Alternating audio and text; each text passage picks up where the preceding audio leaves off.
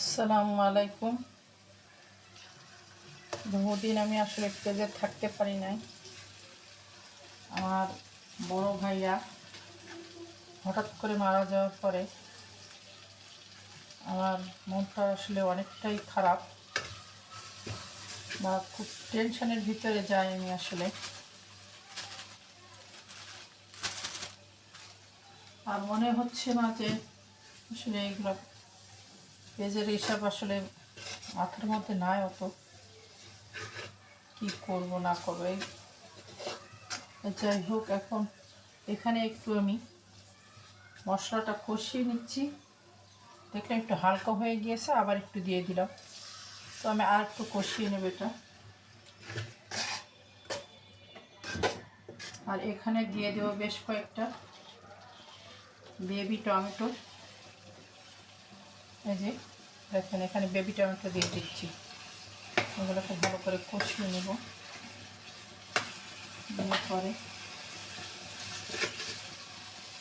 বাজারে গেলে আসলে ভালোই লাগে, ছোটো ছোটো বেবি টমেটো দেখলে আসলে মনে হয় আস্ত মাংস দিয়ে রান্না করতে, মুরগিতে বা গরুর কোষে।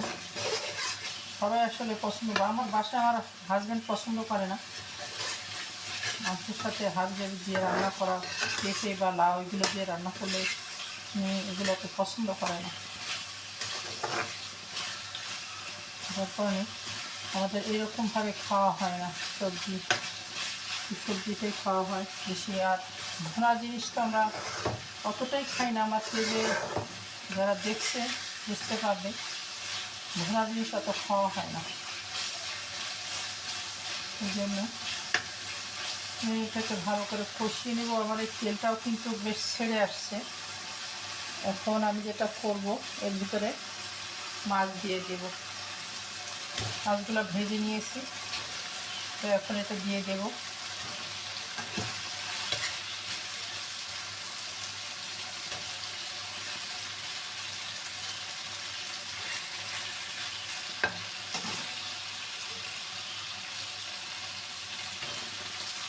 দিয়ে এখন আমি এখানে একটু পানিও দিয়ে দেব। বাটা মশলাও দিয়ে দিয়েছে, আবার একটু আস্ত পেঁয়াজটাকে একটু নরম করে দিয়ে দিয়েছি। এখন মাছটা জ্বালাতে যতটুকু পানি লাগে অতটুকুই দিয়ে দিচ্ছি, বেশি দিলাম না। যেহেতু ভেজে নিয়েছি বেশি লাগবে না হয়তোবা। তো আমি একে একে এখানে মশলাগুলো একটু দিয়ে দেব। কিন্তু মাছটা একটু বড় আছে, সেই জন্য আমি এখানে একটু গোলমরিচ ব্যবহার করব। দেখেন আমার মাছের তেলটা কতটুকু উঠছে এবং ঘন ঘন হয়ে আসছে। এখন আমি একটু ধনে পাতা দিয়ে দেব।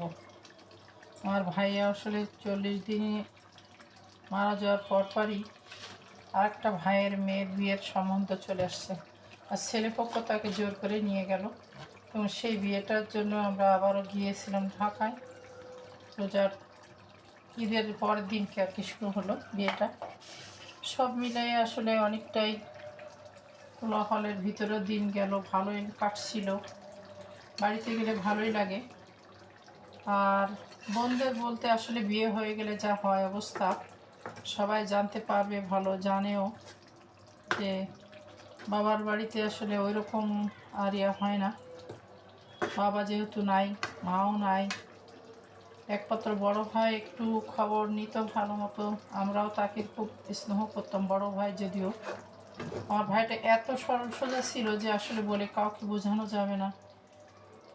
তো লাস্ট মোমেন্টে আমার সাথে একটু বড় সুসম্পর্ক হয়েও গেছিল ভাইয়ের সাথে, যে আব্বা নাই যেহেতু আমি তো আসি, চিন্তা করবা না, যখন মন চাবে চলে আসবা।